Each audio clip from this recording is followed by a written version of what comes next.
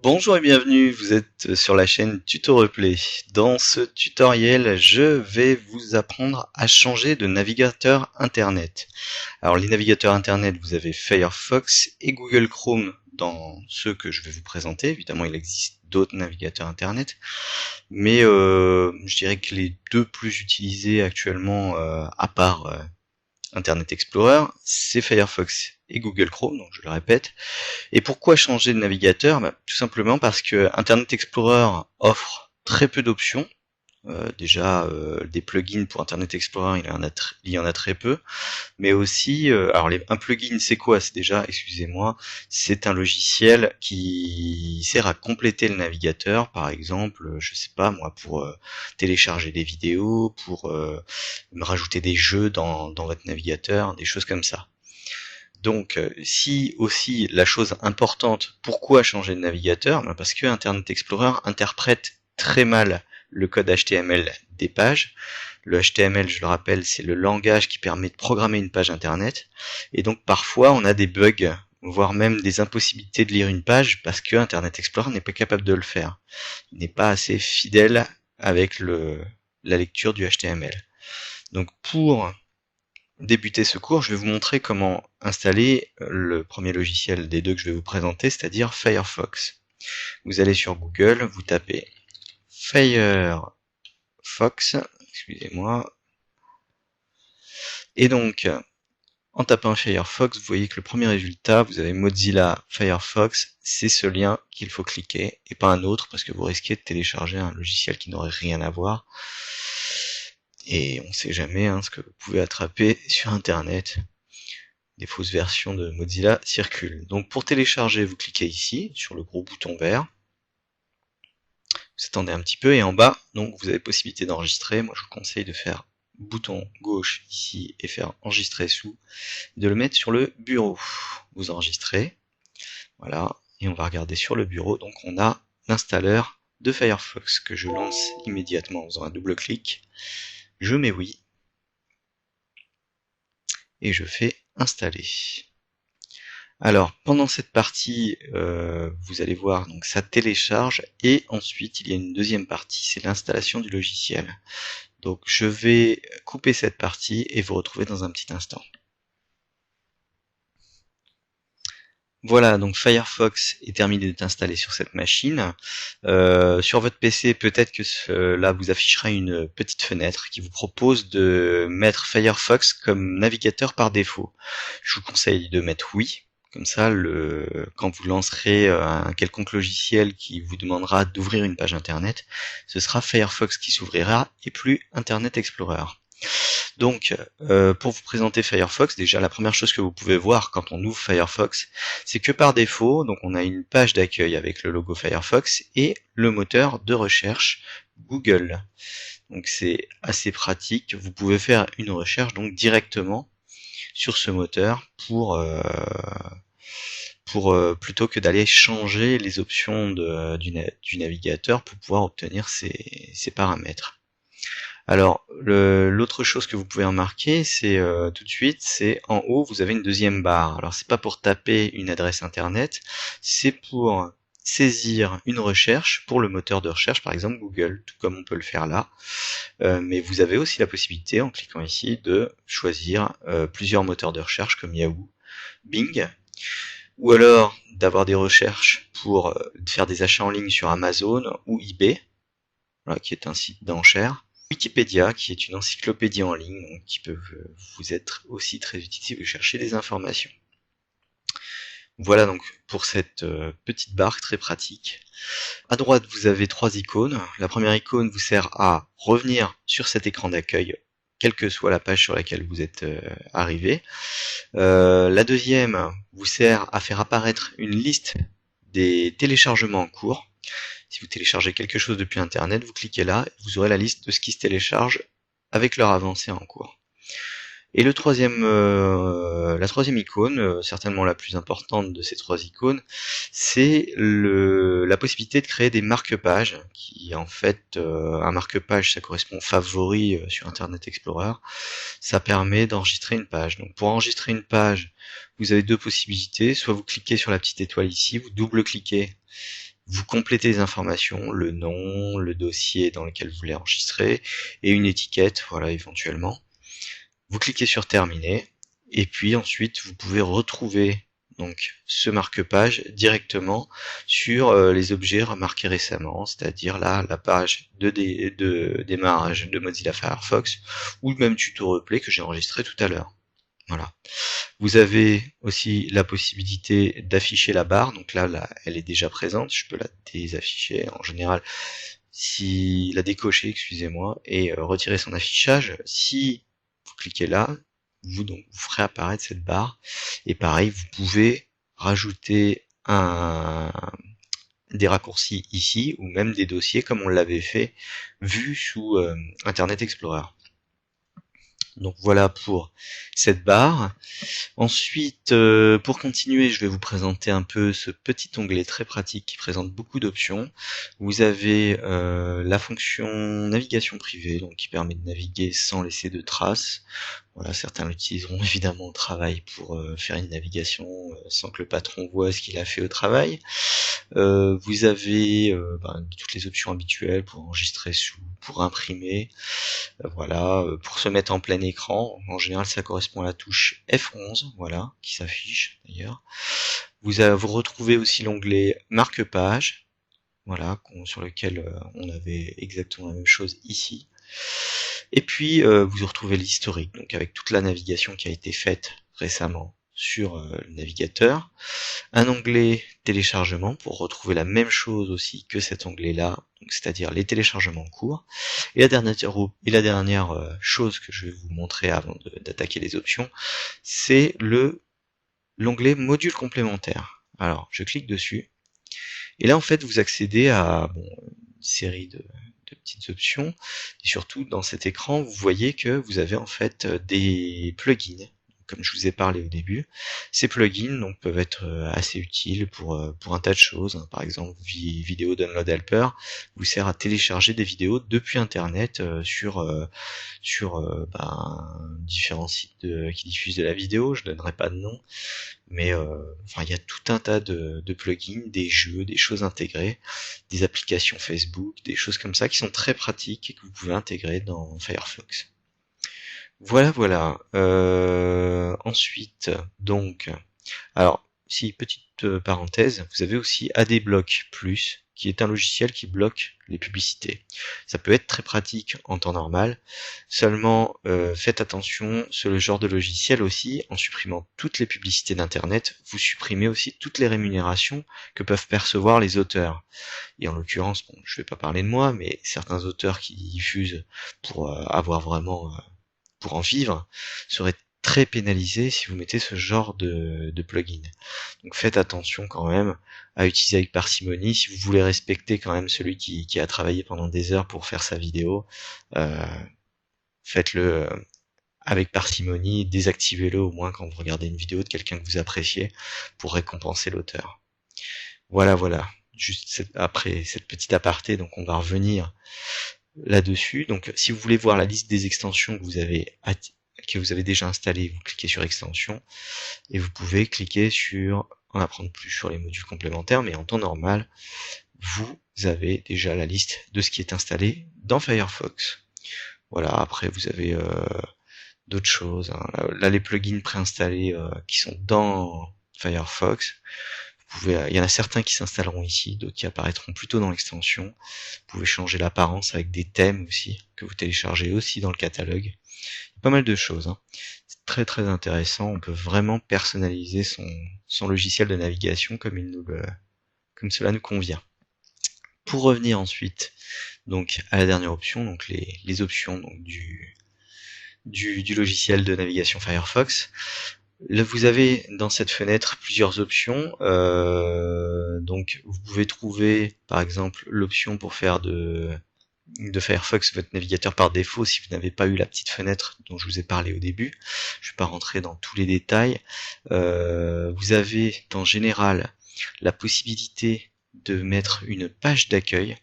Donc, si vous voulez changer la page d'accueil de Firefox et mettre par exemple la page original de Google, vous avez tout à fait la possibilité. Vous faites www.google.fr. voilà, et vous validez par OK. Et si par exemple je relance, je vais fermer, hop, je vais relancer Firefox, voilà, et vous voyez que là j'ai plus la page de Firefox, mais j'ai la page de Google qui s'est ouverte. Autre chose, donc dans les options, voilà, vous avez ici la possibilité de, au lieu de laisser enregistrer les fichiers dans le dossier téléchargement, de demander à ce qu'on vous demande systématiquement où vous voulez enregistrer les fichiers que vous téléchargez. Ça peut être très pratique si vous voulez trier automatiquement tous les téléchargements, plutôt que laisser tout en vrac dans ce dossier. Chose que je recommande énormément. Alors vous avez pas mal de choses, vous pouvez configurer par exemple la vie privée, les contenus, par exemple dans le contenu, vous pouvez changer la taille de la police. Moi j'avais mis 30, donc vous voyez que ça grossit énormément. Alors attention, d'ailleurs petit détail, si vous changez la taille de la police, sachez que si je fais par exemple 16 qui est la taille par défaut et que je fais OK, ça ne revient pas forcément tout de suite à cette bonne dimension là. Parfois il faut couper le logiciel et le relancer pour que ça prenne en compte votre modification. Donc pour moi là ça a fonctionné, mais c'est pas toujours le cas. Je le précise. Je vais remettre en 30 pour que vous puissiez bien voir les inscriptions par la suite, parce que j'utiliserai à nouveau Firefox par la suite, peut-être dans mes prochains tutoriels. Alors, on va retourner dans les options, et puis aller dans la dernière chose que je vais vous montrer, c'est l'option de synchronisation, qui est intitulée Sync. Cette option, en fait, est configurable. Vous avez une option configuration d'association. Alors, en fait, l'association, c'est pour l'associer à un appareil externe, type téléphone mobile. Moi, je vous conseille de pas trop utiliser ça, mais surtout de vous concentrer là-dessus. La configuration Firefox 5, c'est la possibilité, en fait, de créer un compte. Alors, je vous conseille de cliquer là, de créer un compte. Et une fois que vous aurez créé ce compte, en fait, vous systématiquement, le logiciel Firefox enregistrera tous les plugins et tous les favoris que vous enregistrerez dans Firefox. Ce qui fait que si un jour vous effacez complètement votre ordinateur, il suffira de vous reconnecter avec ce bouton-là, j'ai créé un compte, et automatiquement vous récupérerez tous vos plugins et tous vos favoris simplement, sans avoir à faire toutes les manipulations que vous aviez fait à l'origine. Donc voilà, c'était vraiment la chose importante que je voulais vous montrer. Voilà pour Firefox, et je vais arrêter là et vous retrouver dans un petit instant avec l'installation de Google Chrome.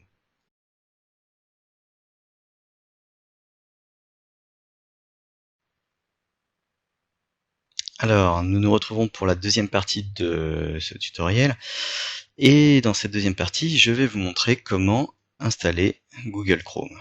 Donc, je relance Firefox. Petit détail, pour garder Firefox dans la barre, vous faites bouton droit et attachez ce programme à la barre des tâches. Par contre, si vous voulez vous débarrasser de l'icône d'Internet Explorer, vous faites bouton droit, détachez ce programme de la barre des tâches. Quand vous faites ça, l'icône disparaît. Vous pouvez ensuite faire un clic maintenu et glisser Firefox à la place d'Internet Explorer. Comme ça, vous le gardez à la bonne place. Sachez que vous pouvez retrouver Internet Explorer, sinon toujours en allant sur l'option recherche de Windows 8 ou en retournant dans votre menu démarrer si vous êtes encore sur les versions 7 ou XP. Alors, on va taper donc Chrome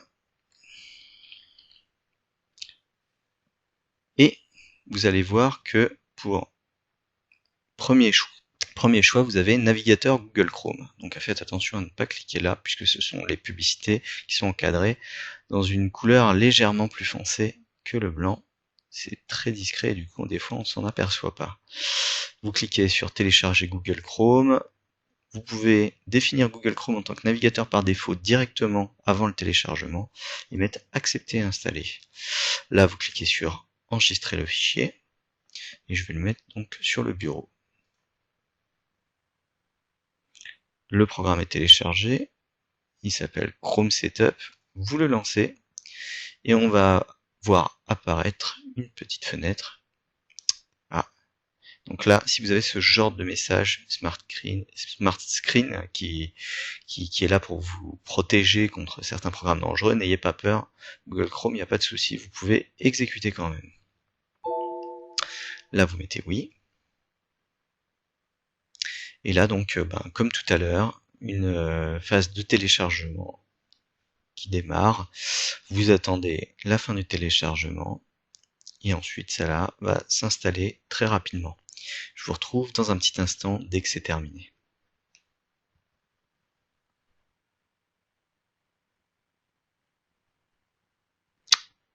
Voilà qui est fait, donc l'installation de Google Chrome est terminée, ou presque terminée d'après ce qui est indiqué. Je vais cliquer sur suivant et cliquer sur oui. Là vous sélectionnez Google Chrome. Et voilà, notre fenêtre de Google Chrome s'ouvre. Je la mets en plein écran. Alors la première différence qu'on peut voir tout de suite, c'est que par défaut, Google Chrome vous propose d'entrer un email et un mot de passe de connexion. Alors si vous n'en avez pas créé un déjà chez Google, sachez que vous pouvez créer ce compte ici. En général, ces options de connexion vous serviront à une seule chose, c'est à synchroniser tous vos favoris et à enregistrer aussi tous les plugins, tous les logiciels qui complètent votre navigateur Chrome dans ce compte. Et donc quand vous remettrez ces options après une réinstallation, pareil, vous récupérerez tout comme vous pouviez le faire avec l'option 5 de Firefox. Voilà. Donc pour commencer à vous présenter Google Chrome, on voit déjà c'est une interface très épurée. Les recherches se font directement dans la barre ici. Par exemple, je ne sais pas si je tape tuto replay et que je tape entrée, là j'ai tout de suite la recherche qui apparaît et je peux retrouver la chaîne YouTube de tuto replay, je peux retrouver le site internet tuto replay. Donc vous voyez qu'on peut vraiment tout retrouver juste en tapant ici dans cette barre de recherche. Vous avez aussi la possibilité, si vous avez, alors ça c'est une spécificité je dirais de Google Chrome, je vais taper un mot d'anglais, hop, et on va cliquer sur le premier lien. Vous pouvez voir, d'ailleurs je l'ai déjà visité, c'est pas par hasard, j'ai préparé un petit peu ce tutoriel. Donc voilà, cette page qui est complètement en anglais, si vous remarquez en haut, vous avez une barre qui vous propose de traduire cette page de l'anglais au français. Et si vous cliquez sur traduire, automatiquement toute la page est traduite. Alors c'est une traduction approximative, attention, vous attendez pas à ce que ce soit parfait, mais la plupart du temps on arrive à comprendre le contexte de ce qu'on a à lire sur une page internet. Voilà, donc pour la présentation de cette petite option un peu à part. Je vais maintenant attaquer la partie des favoris. Alors là, les favoris, pour y accéder, il faut aller ici et vous pouvez donc afficher la barre de favoris ici ou en faisant CTRL-B. En faisant apparaître cette barre, donc voilà, vous pouvez rajouter donc un site internet en le glissant directement dans votre barre ici. Vous avez aussi donc la gestion des favoris ici, qui est une petite fenêtre qui vous permet de gérer vos favoris. D'ailleurs, il y avait la même chose sur Firefox. C'est vrai que je vous l'ai pas présenté, mais voilà, vous pouvez tout gérer au niveau de la barre des favoris ou des autres favoris. Voilà. Ensuite, dans la présentation, je voulais vous montrer aussi l'accès aux plugins. Alors là, les plugins sont dans Outils, Extensions. Si vous cliquez sur Outils, Extensions, voilà, vous avez cette fenêtre qui apparaît avec donc les extensions installées. Et si vous voulez installer une extension supplémentaire, que moi j'appelle généralement plugin, donc voilà, vous les avez ici. Donc vous avez énormément d'options. La présentation est pas mal faite, peut-être même mieux faite que chez Firefox. Voilà, donc tout est classé, vous pouvez faire des recherches. C'est pas mal. Là, il y a une très longue liste qui s'agrandit au fur et à mesure que vous descendez. C'est pas mal du tout, c'est pas mal présenté. Pour la suite, je vais vous montrer, donc vous avez l'historique aussi ici, vous retrouvez la liste des téléchargements ici. Alors sachez que cette liste de téléchargements s'ouvre automatiquement quand vous lancez un téléchargement. Donc pas besoin de cliquer, elle apparaîtra systématiquement. Voilà, se connecter à Chrome, c'est pour faire ce qu'on avait sur la page d'accueil. On a les paramètres aussi, alors je vais vous présenter les paramètres de Chrome. Donc sur les paramètres de Chrome, vous avez la possibilité donc de changer par exemple les pages d'ouverture au démarrage. Vous pouvez ouvrir une page sur un nouvel onglet, rajouter des pages qui s'ouvrent, des pages spécifiques. Donc, si vous cliquez là et que vous faites ensemble de pages, vous pouvez rentrer des adresses URL qui vont s'ouvrir à chaque démarrage de Google Chrome. Ça peut être pratique s'il y a des sites que vous visitez systématiquement. À chaque fois que vous ouvrez votre navigateur, vous faites des listes comme ça d'adresses et elles s'ouvriront automatiquement. Voilà, vous avez la possibilité de changer les thèmes de Google Chrome. Il y a des thèmes un peu comme on avait vu sur Firefox dans la partie des plugins, des extensions. Vous avez la possibilité de changer le moteur de recherche aussi que je vais parler là en cliquant ici. Donc là c'est Google, mais vous avez Yahoo, Bing aussi, qui sont quand même les moteurs les plus utilisés. Hein. Vous pouvez ajouter des utilisateurs aussi. Bon, là l'utilité pas très grande puisque de toute façon en général vous avez déjà des comptes utilisateurs sur Windows. Si je descends, on retrouve aussi la modification de la taille de la police. Vous pouvez mettre en très grand si vous voulez voir, consulter. Bon là je trouve que c'est peut-être même un peu trop grand. Taille de la police. Alors je me suis perdu en voulant vous montrer ça. Voilà, j'avais mis en très grand, je vais peut-être mettre en grand, voilà, si vous voulez. Ça, c'est quand même un peu mieux, vous pourrez mieux voir ce qui se passe à l'écran. Ensuite, moi il y a des options de réseau qui vous seraient pas forcément utiles, des options de langue.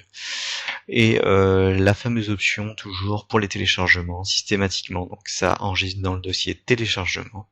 Mais si vous voulez choisir l'emplacement de chacun de vos téléchargements, vous cliquez ici, et c'est vous qui choisirez où vous enregistrez vos fichiers. Voilà qui est vu donc pour les paramètres. Dernière chose que je ne vous ai pas présentée, c'est pareil, vous pouvez faire de la navigation privée dans Google Chrome, mais cette fois-ci c'est CTRL-SHIFT-N et pas CTRL-SHIFT-P comme sur les autres navigateurs. Voilà, donc toujours la même chose, hein, ça n'enregistre pas vos favoris, ça n'enregistre pas tous les dossiers de navigation ni les mots de passe. Vous êtes totalement anonyme sur votre PC. Voilà, donc je pense avoir fait le tour de la présentation de Google Chrome.